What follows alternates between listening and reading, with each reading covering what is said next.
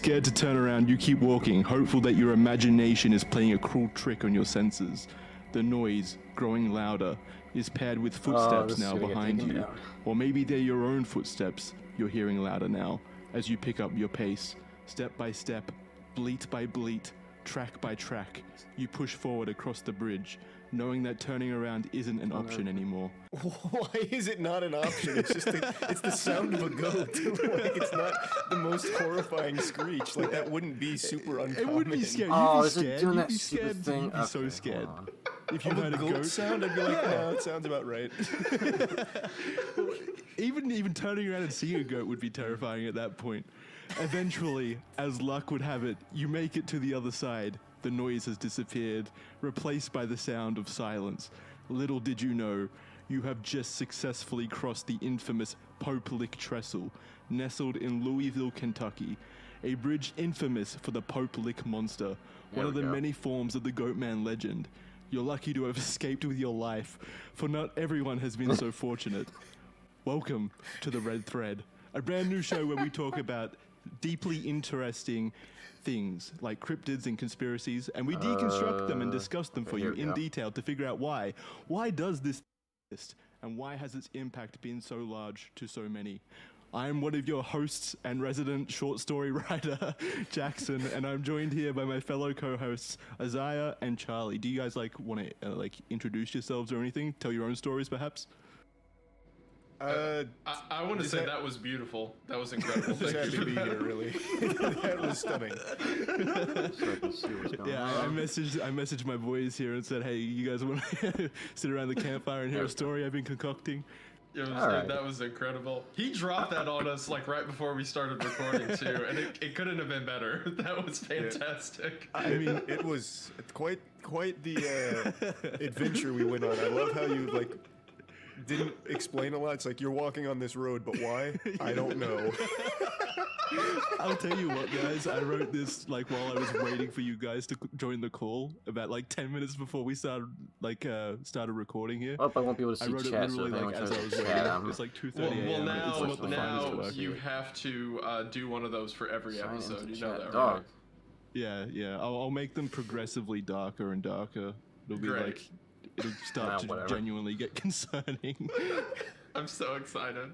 Well, what a fantastic start to the show. Well, thank you everyone for being here. This is the Red Thread. As Jackson mentioned, we're going to be breaking down and discussing a lot of horror stories, urban legends, conspiracy theories, and what have you, talking about why they're there and why they're so scary. I, of course, am Isaiah, but you probably know me as Wendigoon, and it's an honor to come on board as part of the official podcast brand and start this show with you boys. It really does mean a lot. Thank you. Well, that was so sweet. Now, Charlie, you do something as nice as that, please. Hey, I'm resident Goatman enthusiast Charles. I like to keep my finger on the pulse of anything Pope Lick related, so it felt like the right fit. Finger on the pulse of Pope licking. Look at the resident expert. Yeah, I brought Charlie in because I know no one knows Goatman as well as Charlie, so that's why he's here. I'm expecting every subsequent episode of Red Thread for him to interject about certain things and relate it to Goatman only. That's gonna be his only input going forward, I think. Yeah. How does this creature tie into Goatman? Are they friends at some point? Yeah. I am not going to be paying attention to the video that much, as I said in the some behind the scenes stuff for the people at home. Red Thread started with us basically. We all have a shared love for this kind of stuff. I think listening to silence and the darker elements of internet folklore. I'd say things that kind of really were expanded upon during the internet's boom. My first interaction with Goatman was the 4chan thread. The Anansi's Goatman story. Is that how you pronounce it? Yep. Yeah, I think it's that one. And Anansi's or whatever. They know what we're talking about. Yeah. That was definitely the biggest one. And I think that happened, I read that one during high school and I was like, shit, this is so fucking cool. I love shit like this. And my contribution to the field, as some may know, is the Ghosts of Halo 3 documentary, which is on my YouTube channel. So I have been in the field. I've gone exploring for these kinds of cryptids and stuff. So not to boost myself up or anything, but I am a bit of an expert on the matter. I spent many days in that game trying to find that ghost. So yeah, you got him too. This is new to I me. did get him. I had documentation on it. You can check that out. So, what was your guys' first kind of interaction with Goatman? I remember. Well, actually, no. Charlie is the Goatman expert. He should go next. Yeah. Go sorry. Yeah, I just get pretty passionate. I understand. I learned about Goatman when he killed someone. So back in 2016, there was a Goatman expedition, and there was a fatality. So it was in Ohio. A woman and her boyfriend were exploring, looking for like the Pope Lick monster, and then the woman fell off the bridge and died. Yep. As we'll get into in this episode, there are many different Goatmen I've noticed in my research. It's interesting because there seems to be a Goatman for pretty much every state, and even within states, there's multiple Goatmen across different counties. It's kind of like a folk legend that has spread and created additional variations based on, where people have migrated to, I guess, or where they've moved to. And this is pre-internet, by the way. This is like during the 70s, 80s. So it's existed for a long time, this kind of legend. It's important that you also recognize that it could just be one Goatman and he happens to be nomadic. True. So yeah, he could be migrating, yeah. I guess we've never seen two Goatmen, like, at the same time. We've never seen one Goatman at one time, actually. True, I guess that... Hey, watch your mouth. Yeah, I didn't mean to discount all the evidence. Don't say that about her. She's beautiful to me. I guess that kind of ties in quite nicely to the appearance of Goatman. I figured that's where we might want to start this episode, because it's the kind of the basis of the character itself, or the living legend itself. So did you guys want to get into the appearance at all? Is anyone here well versed in the appearance? Can they paint a picture? I think I'm pretty familiar with it. So So, my first interaction to Goatman, similar to Jackson, is when I was in high school. I came across a story. I think it was the Mr. Creepypasta narration of it, actually, if I remember right. And I remember listening to it and being just scared out of my mind for like days on end. And then I made all of my friends listen to it, and then they quit talking to me after that. Not because they thought it was scary, they just thought I was weird. Which, I mean, fair play on that. I don't know what this is for. The story of Goatman has creeped me out ever since. It also has held a particularly special interest to me, where I'm Christian and naturally fear things like demons, supernatural, all that kind of thing. Goatman is obviously very demonic in nature, the whole goat head of horns and whatnot. So because of that, regardless of how many cryptids or mythologies I read about, he always has a particular place of fear to me. He always creeps me out. Anytime I'm in the woods at night and hear something that sounds out of place, he always comes back to memory, and not in a good way. And I think that speaks a lot to the mythology he's kind of built around the people that live in the regions he's near. Because I have family who live near Louisville, Kentucky, and the legend of Goatman to people who go out at night isn't so much tourist destination as much as it is something to be afraid of, something that keeps them up at night. And of course, one of the reasons for that is his appearance. Mm-hmm. So to paint a picture, he's usually portrayed as obviously half man, half goat. It's usually the bottom half is human and the head part is goat. What's the Greek the Greek god Pan? What are they called? Satyrs, right? They're kind of yeah. Like Tumnus. Yeah.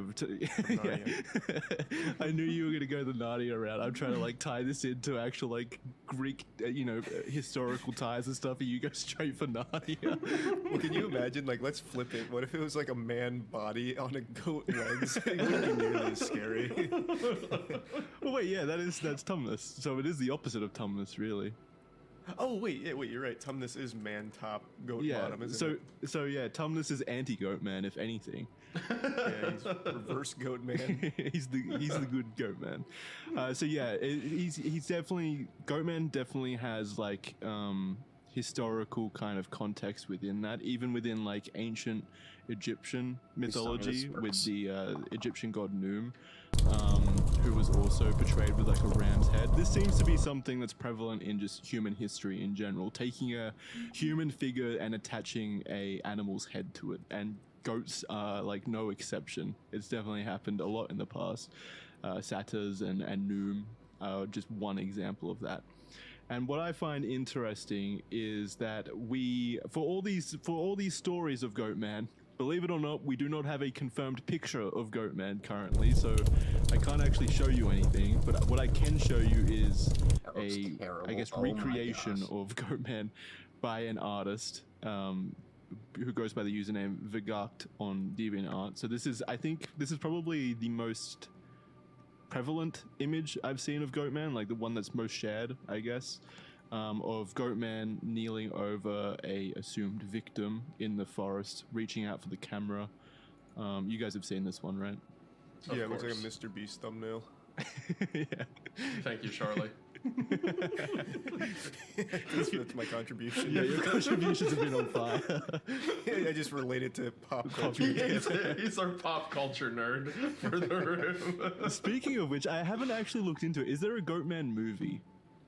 So there's like some lower budget, not as great stuff. Goatman more so pops up in a lot of other movies and stuff. One of my favorite movie scenes that my wife can attest to is one of the few times I've screamed out loud while watching something was during the movie Ghost Stories. It is a kind of 3-part anthology horror. It stars, not to bring it back to pop culture, but the guy who played Frodo in the Hobbit trilogy. Oh, right. That guy. Elijah Wood, yeah. No, not the Hobbit. Lord of the Rings, Hobbit. the Hobbit. Whoops. Frodo's dad, know whatever who it is. You know what I'm talking about, the little blonde British man. Yeah, That guy. Anyway, him. Hugh he's Grant, in that I movie. believe. What?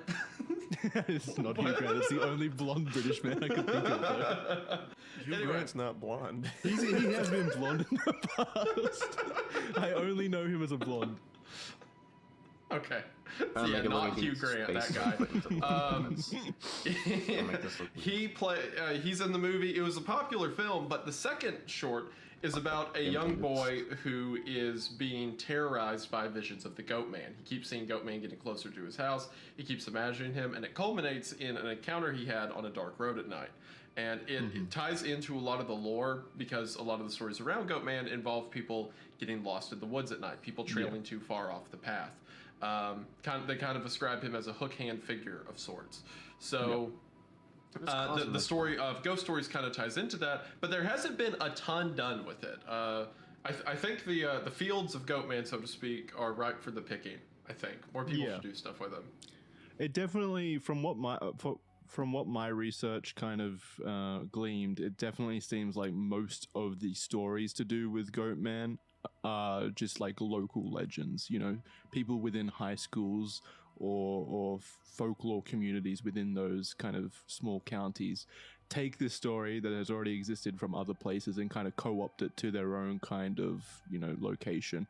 But they always, the legend itself always shares a few core kind of characteristics beyond just the Goatman himself being, you know, half goat.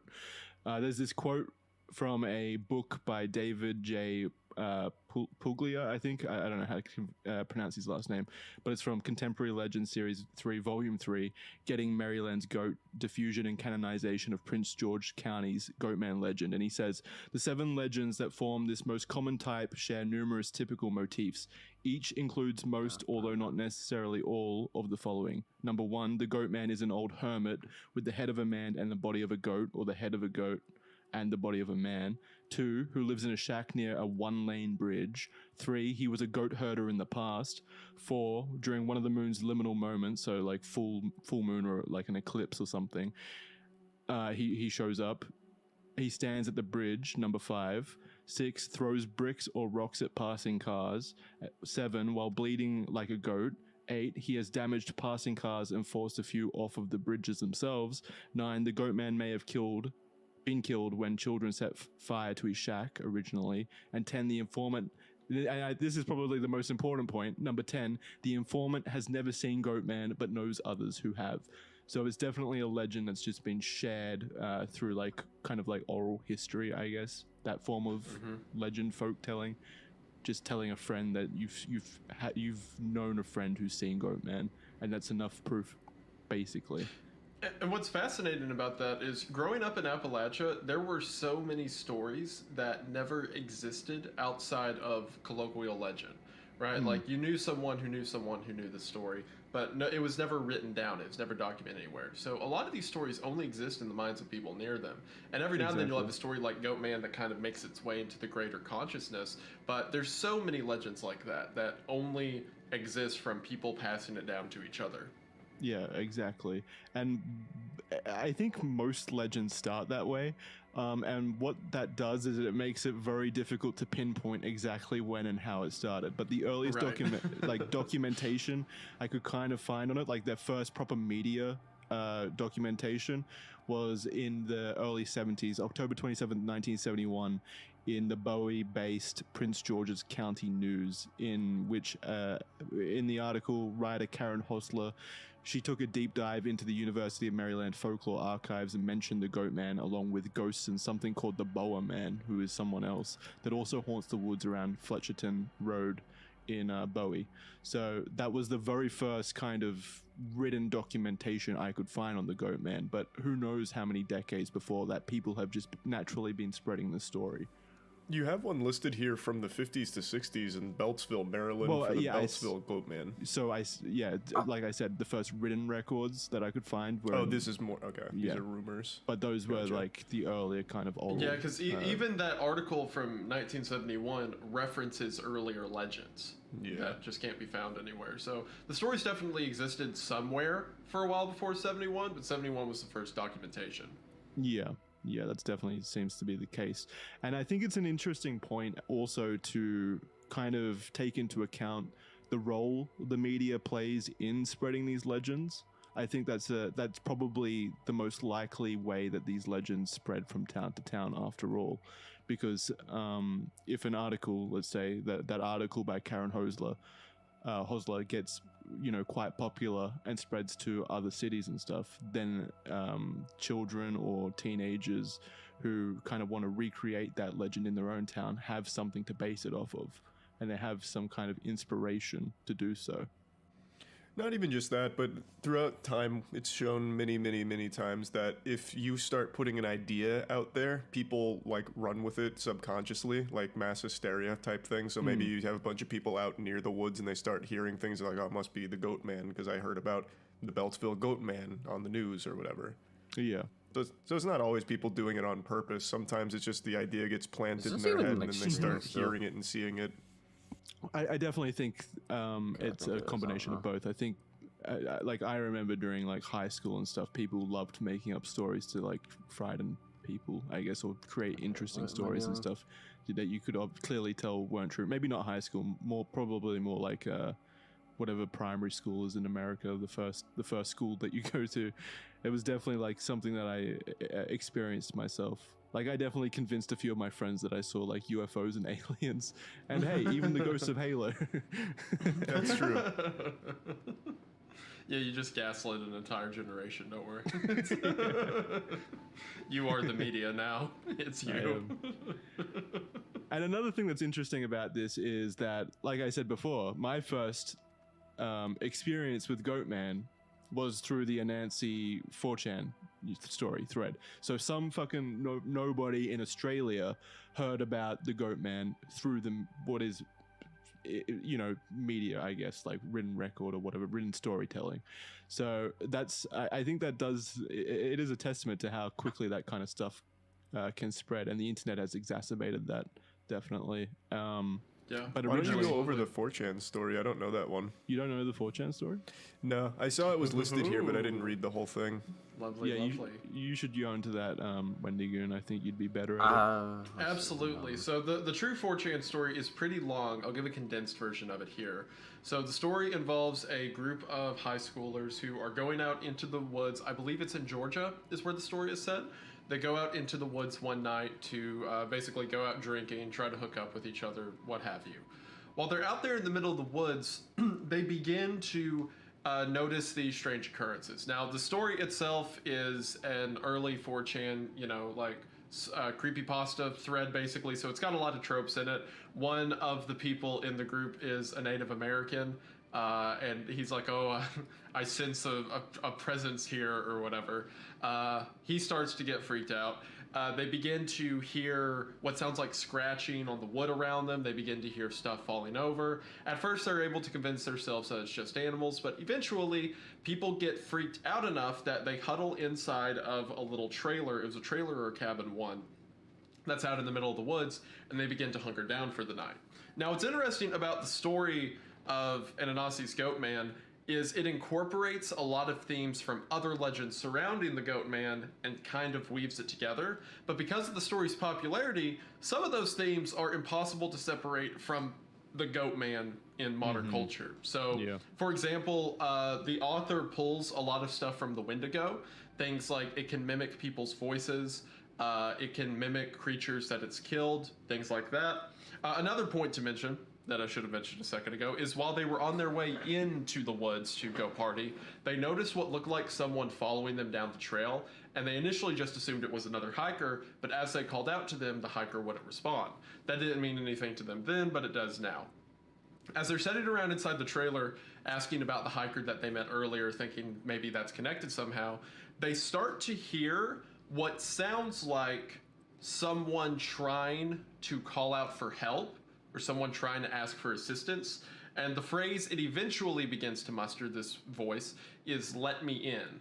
Now, the particular characteristic about this voice, the way the author describes it, is it sounds the way a cat does when a cat kind of makes human voices. You know how sometimes you'll see a video on TikTok or YouTube or whatever, and it'll be like, oh, my cat says hello, and it's a cat meowing, but its voice, it's like breaking through the meow and kind of makes a hello noise. Yeah. The voice I've of seen this those videos. Yes, exactly. The voice outside of this cabin sounds a lot like that, but it keeps saying, let me in. It's like something trying to mimic human vocal patterns, but it can't quite figure it out. At the same time, suddenly, everyone within the cabin begins to smell the intense scent of blood, of like dried blood, the way it feels when you get a nosebleed. Everyone smells it at the same time. It's overwhelming. It's making them sick. People are starting to throw up. The women are crying. Everyone's scared. Eventually, they stay down in this cabin, and if I recall how the story goes correctly, one of them runs out into the night, I think, freaks out, takes out of the cabin, and they never see that guy again. he just ran out of that cabin, went straight to heaven. But the rest of them stay hunkered down within the cabin itself. With morning light, they all decide to get out of there, and as they make their way out of the woods, they see that hiker again, the same one who was there the day before, and this time, it looks like he's trying to follow them, whoever this hiker is.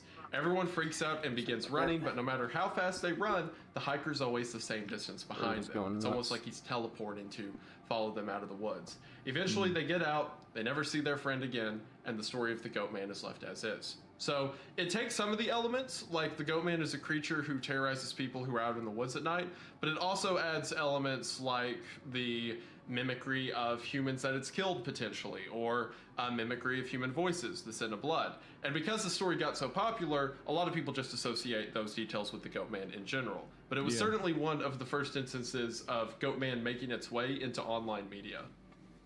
Yeah, so like I said, this was my first foray into Goatman originally, and it was my only image of Goatman up until the time when I started doing research into Goatman, when Charlie suggested this as our first topic. So I did have that kind of image of Goatman going into this, something that could mimic the voice of the sound of humans, basically, to kind of draw out its prey and stuff like that, like you said, with the shape shifting and such. So when I really got down into the core legend itself, the cryptid that existed before the 4chan thread, I was pretty surprised to see that he is just basically a goat man hybrid with an axe. Usually, that's how he's usually portrayed in old history. Is someone who was either like killed by townspeople, or his shack had been set on fire by children, or something like that, and he had been a goat farmer, and then through some act of vengeance or like need for revenge, he became the goat man after death. To that note, since we mentioned like the 4chan story, do you want to talk about the original legends of like the Maryland and Texas goat man? Yeah, sure. So I mean, like I was saying before, there's so many different goat men. It's kind of hard to separate them at a certain point.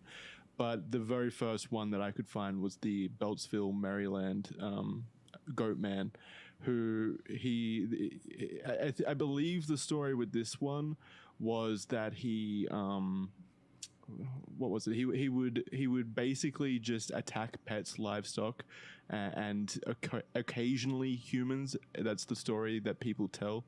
But he was just a dude that became the goat man, and he haunted Beltsville, Maryland, around like the bridges there. Like the weirdest pronunciation. Well, he also threw rocks and bricks at cars, right? Yeah, or is that the different variation of him? Yeah, I mean, there's probably stories about him throwing rocks and bricks at cars as well. I think that's something that, again, is like shared among most of them. Did you have any more information about this particular one, Isaiah? Yeah, so the Maryland goat man, it's interesting how different cryptids work their way into different cultures depending on where they're at. Like, for example, a lot of cryptids that are found in the American South tend to be much more violent, typically, whereas cryptids of the American North or Northeast tend to be more nomadic, kind of like harbingers of sorts. And that's even seen in the goat man because there's a Texas variation and a Maryland one. So the Maryland one is typically described as sort of a scarecrow of sorts. Like, it appears in the woods. Maybe you'll catch a glimpse of it. Mostly you'll just hear it running around at night, but it never overtly attacks people. The only time it does attack people is when people have lost their way, gone somewhere that they shouldn't have. Similar to stories like what Charlie mentioned. They're driving their car in the middle of the night, and a rock gets thrown at the car. There's other stories of, there's a lot that tie into old hookup culture, like, a couple drives their car down a dirt road to make out, and then they'll hear scratching around the car, they'll drive away, and then when they get home, they see these giant claw marks going alongside the vehicle. There's stories of people's tires getting slashed, windows getting broken, things like that. But for the most part, the goat man is described as a creature who sticks to his own and only breaks stuff if you begin to mess with him. He's not an outright killer, as some variations of the creature are, like the Texas one is.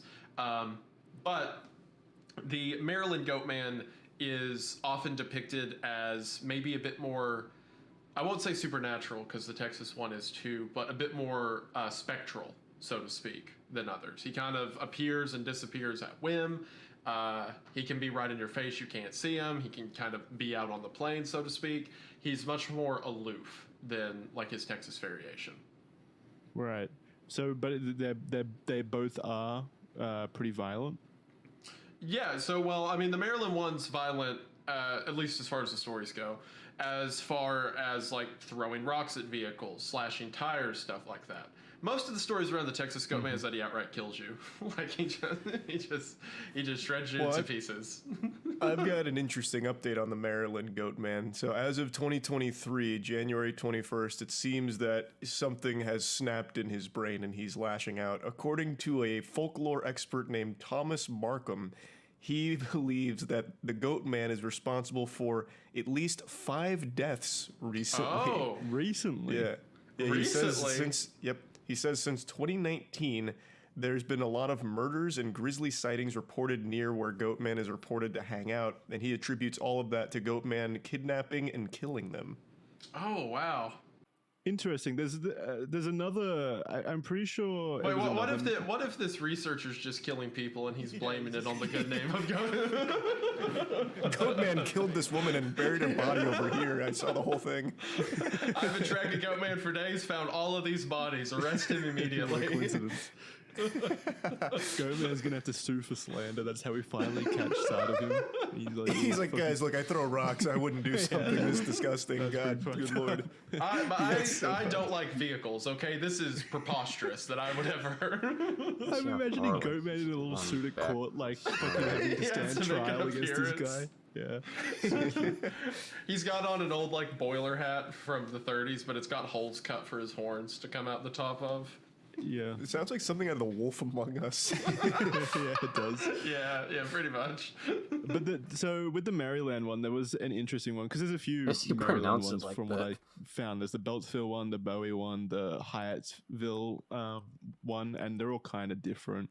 But what was interesting to me was I read a story. I'm not sure which one it was, but I know it belongs to one of the Maryland ones, where it's believed that the story itself, like the story of Goatman in that region, kind of emanated from teenagers making up a story about or an explanation as to why there was a road in the city that was used as a dumping ground for dead bodies from like actual like criminals and stuff like mobsters and stuff.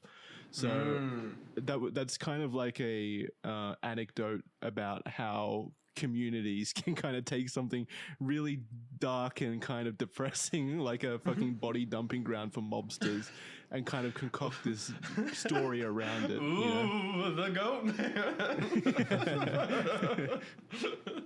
The mobsters were never caught because of the Goat Man having stolen their limelight. Yeah, meanwhile, it's just a super depressing story. Like, mobsters are just, like, slaughtering poor people in the region. It's like, it might be the goat person. It was genuinely, like, depressing stuff, like prostitutes who had OD'd and stuff. And then high schoolers had taken that and, like, it's the Goat Man. These high schoolers showed up to body dumps throwing rocks at it. Like, oh, man. Yeah. I bet a goat did that. They would go out to these locations as well and perform their own little Goatman hunts and stuff, and then find more dead bodies, from what I recall from the stories. So yeah, definitely. It is fascinating. Like, there's a lot of legends that kind of birth themselves that way out of some real tragedy, and then they kind of make their way into the lexicon as these supernatural creatures or whatever. So yeah, that tracks with a lot of older beliefs and practices too, that something horrible happens, so it's ascribed this supernatural detail rather than the reality of it. Right, yeah, definitely. And also, it makes sense when it comes from high schoolers and stuff. Like, I'm assuming most of the Goatman stories, like, are born in that kind of way. So yeah, it does make sense to me. Absolutely, yeah. So with the update, with Charlie's update, it looks like the Maryland Goatman does have the potential to just absolutely shred people, pull them into the woods and whatnot. So I take back what I said. He's also he's not a friendly goat man at all anymore. He's lost his mind now. He's killing indiscriminately. He's taking scalps. That's gonna look really weird. So yeah, this all came up because this topic came up as the first episode of this podcast because Charlie's love of Goatman, but that itself is born from the fact that Goatman is actually one of the very few, maybe the only cryptid with a confirmed kill. Correct? It's very rare when it comes to like cryptids, except for something like Sasquatch, where someone loses their footing and dies on a Sasquatch hunt or something. It's very rare for a cryptid to lead directly to a death, and Goatman is responsible for that woman falling from the bridge, like during that hunt for him. And I just find that to be extremely interesting because, I mean, I don't think any of us here are true believers in the legend of the Goatman being real. How dare you? Yet. How dare you? Well, not to put words in your guys' mouths. I mean, of course, we haven't. Did you not hear my short all the story? evidence. That clearly came from a place of belief. Came from And love. fear, yeah. Came from love. It's just, I don't know. I find it so interesting that even if something doesn't exist, its very presence as like a story or as a like idea can lead to something like that happening. Though I guess it wasn't directly him. It's not like she felt Goatman push her or anything. It's just on the location where he's reported to be.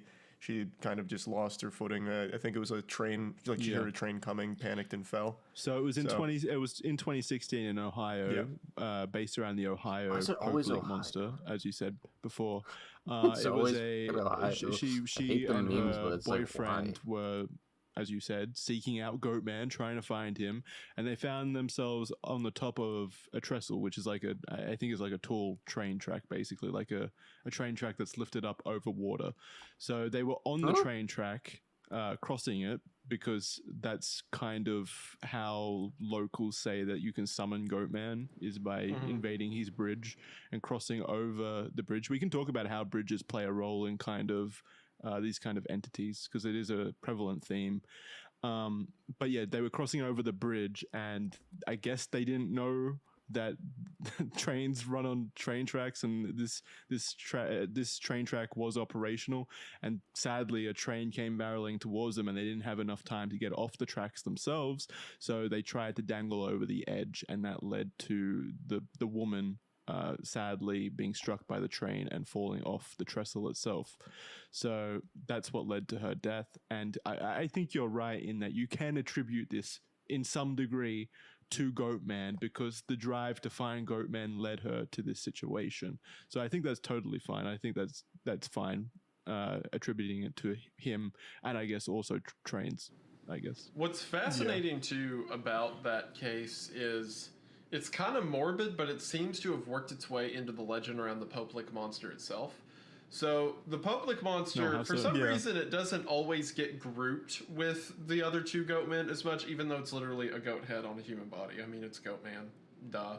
But the stories around the Pope-Lick monster, they're kind of their own entity, because in them, the Pope-Lick monster is more described as a creature that doesn't necessarily kill you. It just like lures you out into the woods until you get lost.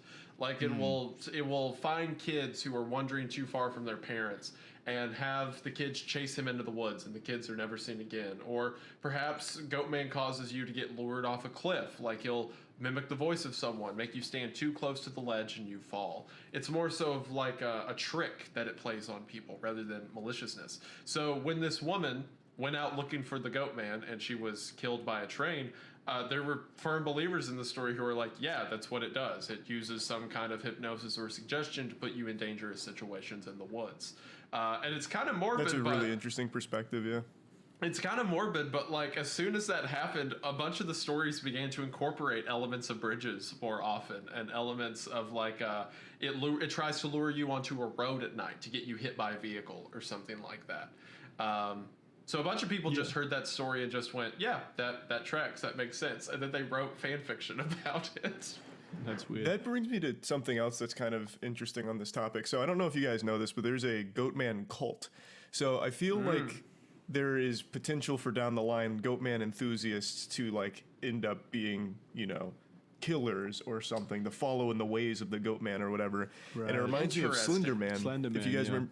Yeah, if you guys remember the Slender Man stabbings, where two girls believed they were doing something on behalf of Slender Man, ended up stabbing a classmate like 17 times or something. She miraculously survived, but the killing is something that's attributed to the legend of Slender Man now. And I feel like Goatman's not far off, considering there is a cult formed around him. And in fact, one of the cult leaders, I suppose, his name is Ollie Asser.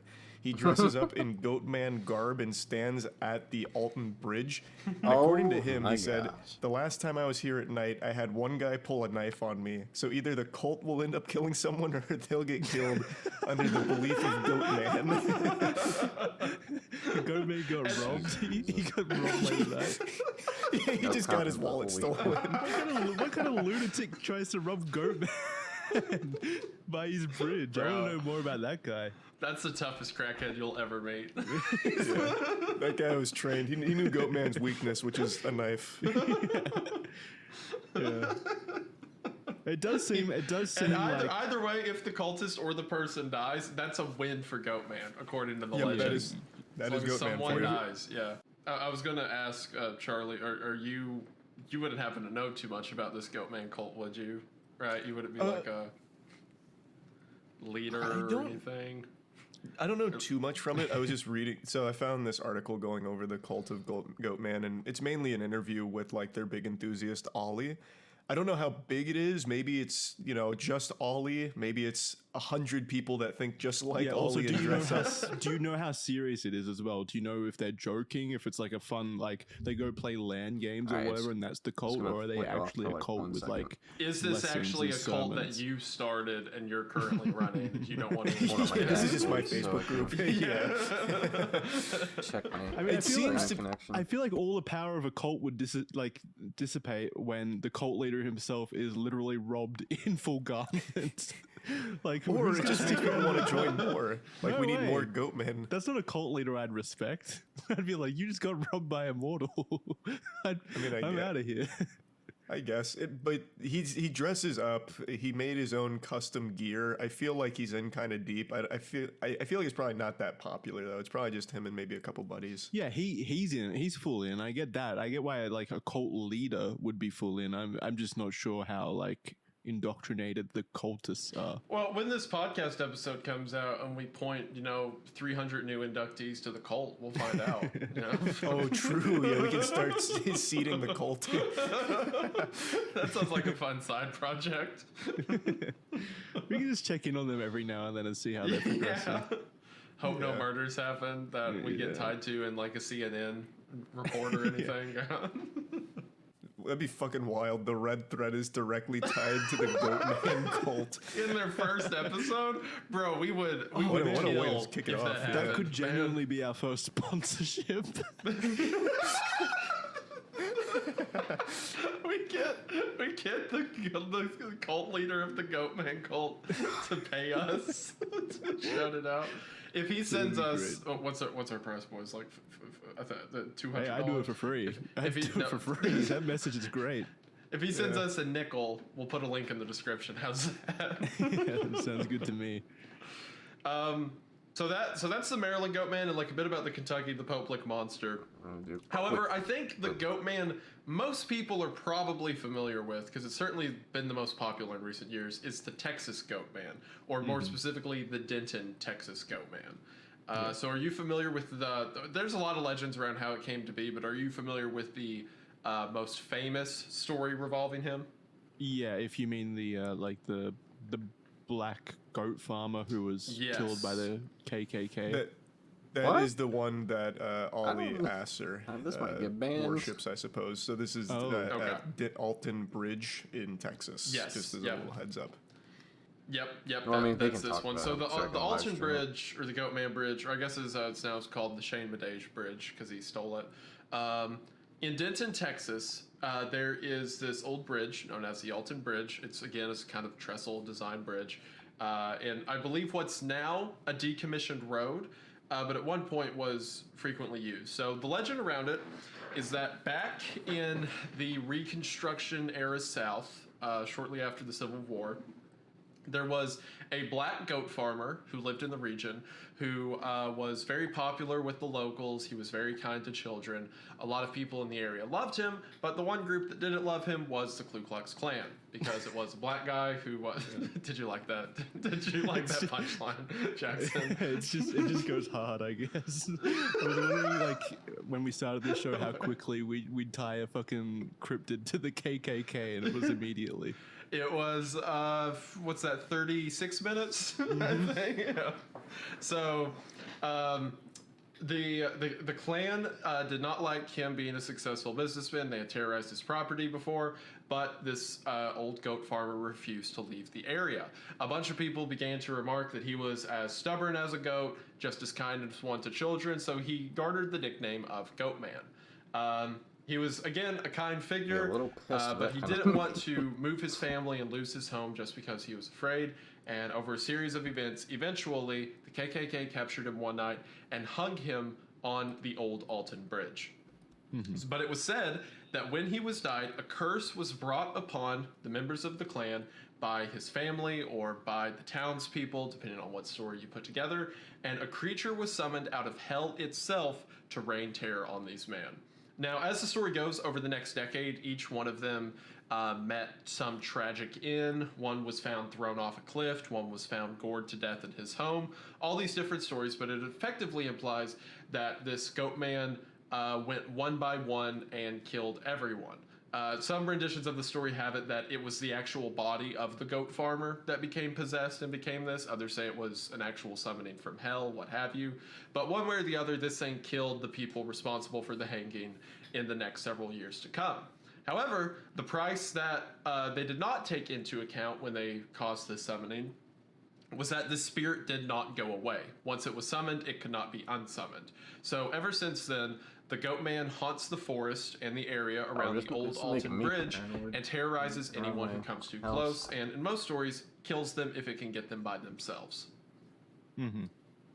Yeah, I think this one, this one's an interesting one, but I think most people, even in terms of goat man enthusiasts themselves, they don't necessarily believe the whole black goat farmer angle, because again, that's something that kind of like massive amount of killings and stuff can easily be disproven when there's just no records of it ever happening. Right. And like, also the other thing about it is like it is a particularly grim legend around the goat man, because most of the other ones are like, oh, it's some old Greek legend, or maybe it's some scientist who did an experiment and created this. And this one's like it was a man murdered by the KKK during a very brutal time in American history. It's much more dark than the other legends. But again, most of the time legends of the American South are way, way worse than they are other places. Yeah. There's some kind of discussions related to Goatman about how the different interpretations can be flavored by the environment, I guess. Like, so during the 1960s, car culture was huge in these towns. Like, people were finding, teenagers especially, were finding that they could go places with cars, and they love their cars and stuff. They just drive around and stuff like that. They love cars. And so I think it was during that time period where Goatman morphed into that role of throwing rocks and stuff at cars, because that was just what was big at the moment. That's what was important to society. So I think a lot of these different things can be flavored by how or what is important in society at the moment. One of my favorite Goatmen, when I was doing my research, was the Maryland Goatman, because there's a prevalent rumor there that a scientist would perform experiments on goats in the Beltsville Agricultural Research Center, and he tried to fuse his own DNA with that of a goat, which then caused him to mutate into the Goatman. So I'm assuming there was some science drama going on in Maryland at the time when that's kind of theory. Or they just watched Spider-Man. It just sounds like a villain origin. Yeah, that's definitely the goofiest one. That's my personal favorite story. The idea that this guy was just like goofing off. It's like, oh no, I have become goat. There's like depressing stories about black goat farmers being like killed by KKK, old hermits becoming the goat man, stuff like that. And then there's this scientist that fuses his own DNA with the goat. That's so great. Yeah, that's the best. That's the goat man I believe in personally. That's the one I want to believe. Maybe he's like actually a superhero out there saving people from falling bridges and stuff like that. Like an angelic presence around the area. He's a guardian angel. I guess that is a good segue, Isaiah, if you want to get into kind of the more, I guess, religious connotations of the goat man, because it's hard to ignore kind of the symbolism there with a goat's head, which is pretty inherently satanic, right? Right, yeah. So beliefs of like goat head imagery or animal imagery in general related to demons date all the way back to the Old Testament. So it was said that during the Old Testament, these fallen angels, which are demons effectively, these followers of the devil, would trick the tribes surrounding the tribes of Israel, or God's people. They would trick the surrounding tribes by appearing to them as these gods. They would claim themselves to be gods, and they could perform miracles. They could perform supernatural things as long as the people would worship them. So these lesser gods, as they're called throughout the Bible a lot, would present themselves always in these kind of human-animal hybrid forms. So, for example, Baal was often described as a bull, the head of a bull with the body of a man. Other figures like Moloch are similar to that. Figures like Dagon were described as kind of a half fish, half man creature. And it's believed by a lot of people, at least within religion, that these creatures would assemble themselves as a combination between nature and humanity, or a combination between humans and animals. So human-animal hybrids being used for demonic things dates all the way to back then. Specifically, goats were used a lot throughout the Bible as kind of a symbolism of sin, or a symbolism of the other. For example, in the book of Leviticus, I believe it's in chapter 16, it describes the protocols that the priest of Israel were to have whenever they take the sin of the sin of the tribe and put it on the blood sacrifice. There was a goat who it says the sin of the people would be put onto, and then the goat was to be driven out into the wilderness, that the goat was to be sent away from the camp as a symbolic gesture of sending your sin out from you. But physically, a goat would be placed as kind of the sin debt and then forced to leave and just wander out in the desert. So goats all the way back then were kind of seen as a sort of evil. And then even into the New Testament, in places like Matthew 25, when Jesus is describing Judgment Day, and he's describing the sinless sheep, or the followers of God, versus the goats who are placed on the other side. So the sheep are kind of seen as the righteous, and the goats are seen as the other. So goat symbolism's been used a lot for things like sin and that for a really long time. Now, particular goat-human hybrids are often associated with the devil, and one of the big reasons for that is because of occultism that developed a lot during the Middle, Dark Ages, times like that. Creatures like Baphomet, these things that were described as, particularly in witchcraft, as kind of a medium, the connection between the supernatural realm and our realm, as above, so below, that kind of thing. Right, They were seen as the bridge between the two realms. And naturally, the church especially believed a lot of these occult practices to be demonic, to be satanic. So a half-human-animal hybrid that is the bridge between these two realms that can give you blessings as long as you pray and worship it, people ascribe that to the devil. So figures like Baphomet, these half-goat, half-human creatures, were seen as satanic directly. And as mentioned, that lines up with a lot of the beliefs in the Old Testament and stuff like that. Right. So goat head imagery, especially during like the Enlightenment period and early American like colonial times on, the goat imagery was explicitly demonic. It was always seen as that. There's been a lot of horror stories and stuff that have played upon that idea, but really what it meant for the people at the time was goats were seen as an omen of satanic worship. There's stories of people becoming afraid of churches or locals around the area who goats would appear around their house. It was seen as like sort of the orbiting of demonic forces around their presence. Goats are used a lot in early American folklore as like if the devil's trying to take your kids or whatever, you'll start to see goats or hear goats around the house. So that has been in the human consciousness for hundreds and hundreds of years. And then these stories of goat men, these urban legends, begin to crop up around the United States. And a lot of the time they are explicitly tied into demonic imagery, like mentioned with the Texas goat man. Yeah. Legends around that of a creature wrought out of hell, or of something that was sent by the devil himself to destroy parts of humanity. Whereas even the Maryland goat man, while that one is much less explicitly demonic, a lot of the reason people, or one of the reasons that people believe the story maybe cropped up originally is because around the 50s and 60s, it was a particularly Protestant Bible Belt time in the United States, and these kids that are going out, like you said, car culture, looking to go hook up, they want to be the counterculture to that. They want to do something different. Hey, mom and dad say goats are satanic. What if there was a goat man running out here in the woods? What if it was the devil himself? Kind of builds off of that. So naturally, the two go hand in hand with each other. But it's interesting how influences that date as far back as the Old Testament to ideas of half-human animal gods can, through culture, through stories, through legends, go all the way now to a scientist who did an experiment and turned himself into a goat person. It all ties in.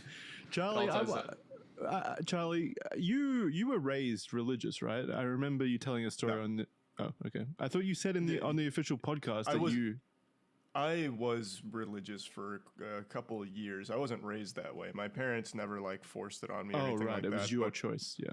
Yeah, it was my neighbor's, or my friend, he was one of my neighbors. He was the son of a pastor, and he would constantly be talking about like the Bible and all of that. So eventually I got real deep into it for quite a few years. And you were never scared of goats? No, I actually never really understood where that came from until just now when Isaiah explained it. Like, I actually never knew why goats were in particular viewed so demonic. What I want to know is, usually, isn't it during like satanic rituals and stuff, they sacrifice goats? Yes. Yeah, but it doesn't have to be goats. It's any kind of sacrifice. Yeah, but in most situations that I've seen, they sacrifice a goat. If that's the symbol of Satan, why are you sacrificing it? If you're doing a satanic ritual, wouldn't you worship I just never realized. So modern Satanism is pretty different from like traditional Satanism.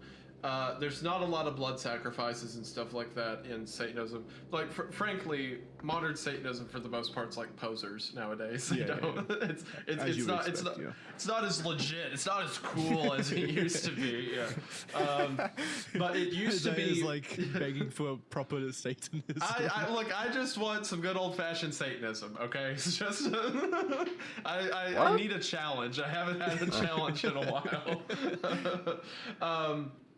But older Satanism, like in the Dark Ages and whatnot, was more explicitly ritualistic in the sense of like you could send up offerings to the devil, you could pray to him, you could do sacrifices and get what you want. And most of it was in direct opposition to Christianity. So, for example, what is the primary symbol of Christianity? God, Jesus, the Lamb. Like a literal symbol, like a sign. Oh, a cross. A cross, right? Yeah. What's the primary symbol of most Satanism? The cross upside down. Upside down cross, right? One of the primary signs of God's people is a star. One of the primary signs of satanic followers, upside down star. A lot of Satanism was just inversions of whatever Christianity was doing. So in Christian practices within the Old Testament, if you wanted to have your sins forgiven, you would lay your sins on the sheep, on a lamb, which was symbolic of Christ being the Lamb of God or whatever. And the counter to the lamb in the Bible is the goat. So if you wanted to have your sins, I guess, magnified and become greater to get what you want, instead of sacrificing the lamb, you sacrifice the goat. But if it was a true opposite, wouldn't you be like giving life to the goat instead of sacrificing? Go ahead. I get what you're saying. It's just I'm just, it's weird to me. So in old religious practices, they were all built around blood sacrifice of some kind. The idea was humanity naturally has evils. There must be blood spilt to pardon those evils. Right, so that was like the thorough baseline. Yeah, it's integral that some blood must be spilt. So if the Christians spilled the blood of, well, they weren't Christians yet, the followers of God, if they spill the blood of the lamb, then we spill the blood of a goat. There's also symbolism to the lamb in Christian tradition being, because the whole point of Christianity is eventually Jesus was the final lamb, right? The blood of the lamb was spilled up until he came, and he was the Lamb of God, so to speak. He was the final blood spilling. In spilling the blood of the goat, you are building up the symbolism for Satan, as he is the Christ figure in your story. So it's the sacrifice into the goat is the inversion as praise to Satan, whereas sacrifice into the lamb is praise to God. So if Jesus, we're getting really deep in the weeds here, but so if Jesus was the final lamb, who was the final goat then? It would be Satan. It would be, Okay. the Antichrist, so to speak. Whereas, so that's what the Antichrist is. I mean, they got that one's just lazy, right? Like the inversion of Christ, Antichrist. I mean, it's all pretty lazy. It's all so we've got Jesus, who is the descendant of God, come to earth. The descendant of Satan come to earth would be the Antichrist. So the one to finally embody the goat imagery, be the final goat, so to speak, would be the Antichrist by that symbolism. Gotcha. See, Can you imagine if that is actually Goat Man though? Like when the time comes, the Antichrist appears. It's Goat Man from Alton Bridge marching out. He's the fucking goat. What's really funny too is in like the Book of Revelations, when the Antichrist is described, he's supposed to be a leader of the free world. He's like a politician who everyone gets behind. So could you imagine like the Goat Man in a suit at like the UN speaking, uniting the world. Good spikes. And he's also a scientist on the side. We have to have. And he's also, of course, absolutely. Yeah, he's just always had beakers with him. Like he's just Yeah. mixing chemicals and shit. He's desperately trying to make himself more of a goat. I didn't mean to cut you off a second ago, Jackson. Were you about to say something? You said, "See, this is why." Something. No, I probably wasn't saying anything. Okay, gotcha. Nearly as insightful as you were saying. Trust me. But yeah, basically, all those occult practices that kind of went around, like the sacrifice of the goat and all that, were an inversion to whatever Christianity was doing. And now current Satanism is like, the Satanic Bible's just like, if God real, why bad thing happen? And that's like their whole. Well, I mean, it is a good point. Yeah. Disprove it. You're right. We never thought of that. Oh no. But then they can invert that the as church is well, falling and then apart. say they can invert that as well. Like Christians could invert that and exists also as a say, free if will. good things happen, why Satan? Or the other way That's around. just the precedent. Like it's the same shit. Get back Now at the you're making some Satanists. big moves. If good thing happen, why Satan? Well, That's wait, funny. how would it be? Yeah, well, that was an inversion of the inversion, actually. It should be if Satan, why good things happen, right? If Satan real, why good thing happen? Yeah. Yeah, There you go. there's the one. That's it. Yeah. I did too many inversions. That's also an like I know you said we're getting into the weeds, but hey, it's too late now. That's also an interesting thing about Satanism in general. Satan is never really described, at least biblically, as giving bad things to those who worship him. As a matter of fact, quite the opposite. He gives people riches, blessings, love, romance, whatever they want, as long as they turn their backs on God, as long as they turn their backs on salvation. That's why a lot of legends around Satanism involve selling your soul or stuff like that for wealth or what have you. That tends to be the more satanic thing. So a more accurate inversion would be, if Satan real, why good thing happen to not Satanist? Yeah, that's it. Now that is an intelligent argument.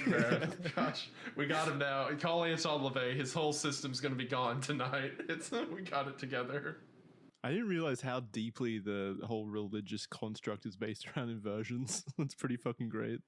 Yeah. Well, I mean, like, most like religions involve some kind of dualism, right? The yin yang, light dark, good, bad. Contrasting forces. Yeah. So like the original one to that would have been God and the devil, right? Which all the way when it was first written would have been Yahweh and the opposer, the opponent, or what have you.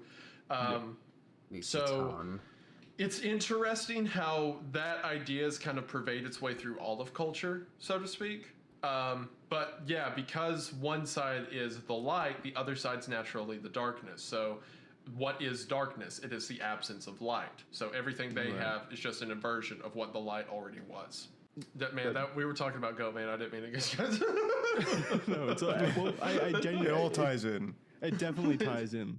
Like I can definitely see the religious connections with Goat Man. It's kind of like, from my perspective, integral to the identity of him. It definitely feels like something that was born in that kind of image. Also, isn't there something to do with bridges and crossing over into the other world? That's why I originally thought bridges showed up so much in the Goat Man kind of lore, is because I've always heard of bridges in the supernatural element as a threshold into the other world or the other, existence. Yeah. So the belief with most like traditions or mythologies or what have you is that the realm of the supernatural isn't in a place separate from us. Instead, it's all around us. We just can't see it. It's kind of like we both exist in the same space, just on different planes. So in most traditions, the way you cross over from one plane to the other is by entering these sort of overlaps or these sort of gateways that exist. And most of the time, these are described as being some kind of liminal space. And by liminal, I mean the true definition of like an intermediate, places where you're traveling, you transfer from one thing to the other. For that reason, staircases are used a lot in these legends. Crossroads are used a lot in these legends. Rivers are used a lot because they're always, it's the transition from one state to the other, or the cross between two different paths. Whereas a bridge is an example of that. It is the connecting point between one piece of land to the other. So naturally, if there's to be an overlap with our realm and the spiritual, the bridge is going to be one of those overlaps. So that's why in a ton of traditions, you'll see bridges being the hot spot for supernatural activity, or the place you go to perform a supernatural activity, to pray, to give offerings, something like that. So yeah, you'll see bridges pop up in a lot of these stories because they are a sort of liminal space.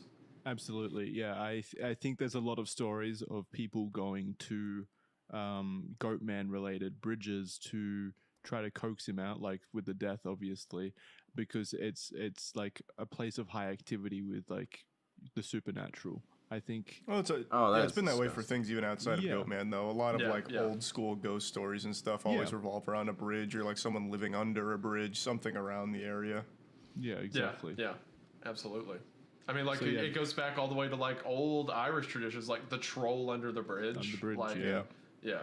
It connects back a lot longer than Goatman. But it is interesting how Goatman is kind of this. Goatman's almost this endpoint for a lot of different beliefs, right? Like old religious beliefs, to old beliefs about bridges and whatnot, to local legends, to modern culture of the time. It all culminated in the story of this Goatman who roams around the woods and throws rocks at your car. Exactly. He's kind of like a melting pot of ideas. Like they've all culminated in the Goatman. He is the apex cryptid. He takes everything that works and he's perfected it. It's fascinating. That's what I think of when I think of Goatman too, the apex cryptid.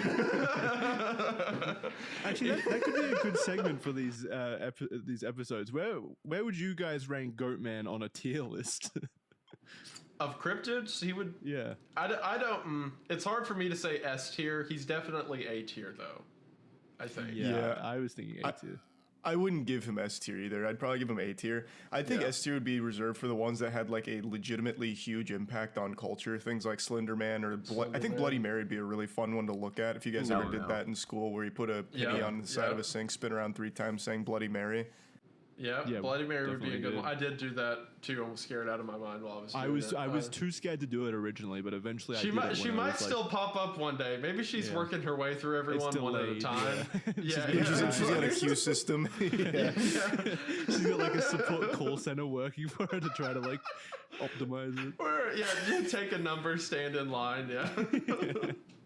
I never did it. I couldn't bring myself to. When people were trying to force me into it, I went into the bathroom and I just stood there for what I felt would be long enough to make them believe I did it. Charlie's Bloody Mary still gets you because she thinks you're a pussy. She's like, you bitch. I think I'd put like Mothman S tier, but I can't think Mothman's of. Great, Mothman's I would say Goatman's an A tier for sure.